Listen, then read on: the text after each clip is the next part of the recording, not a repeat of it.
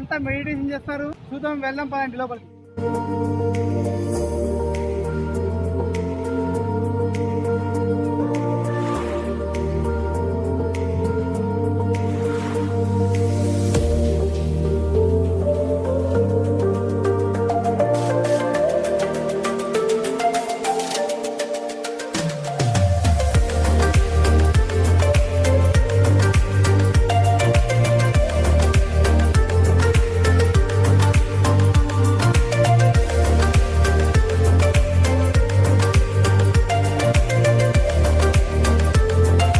ఈ స్వీట్లు ఇక్కడే తయారు చేస్తారు.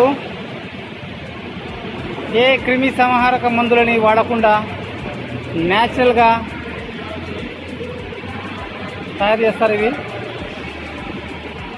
మందు లేకుండా బెల్లం తయారు చేసేదండి. చెరుకులకు ఏం మందు వేయరండి, దీన్ని సహజంగా పండిస్తున్నారు. ఇది బెల్లం అండి. ఇది బెల్లం మనం వేసుకోవచ్చు, చక్కెర వేసుకోవచ్చు, బెల్లం వేసుకోవచ్చు. బెల్లం ప్యాకెట్ దీన్ని వేసుకొని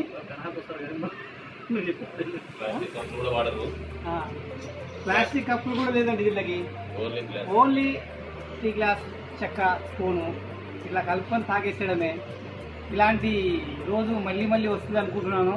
ఫస్ట్ టైం నేను రావడం మా మిత్రులతో కలిసి. కనహా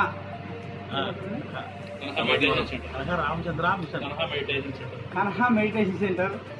నాకు ఫస్ట్ టైం కదా, సరిగ్గా పేరు లేదు.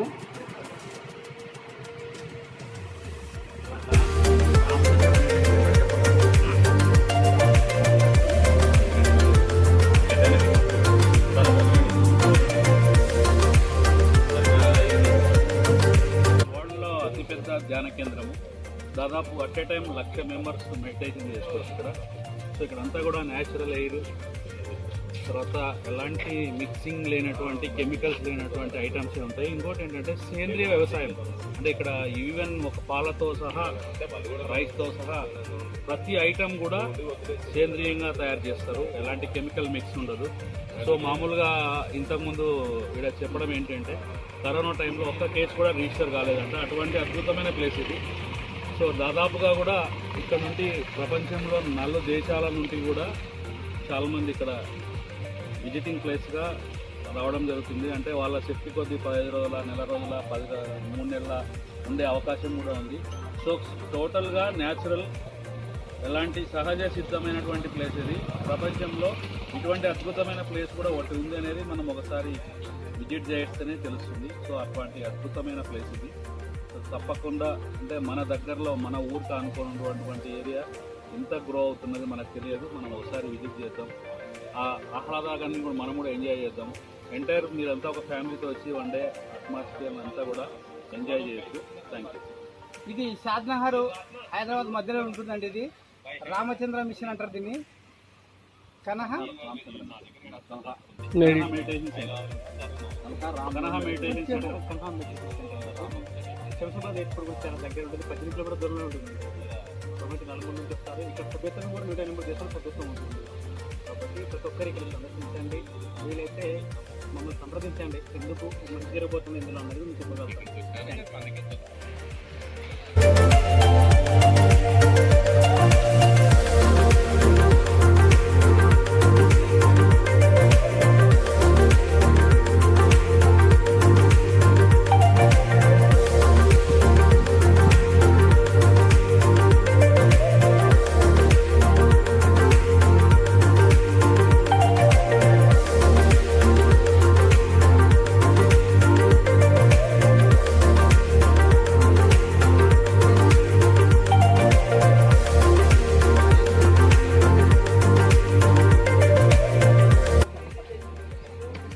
కంట్రీ ఫ్రాన్స్ నుంచి వచ్చారు చూడండి వీళ్ళు.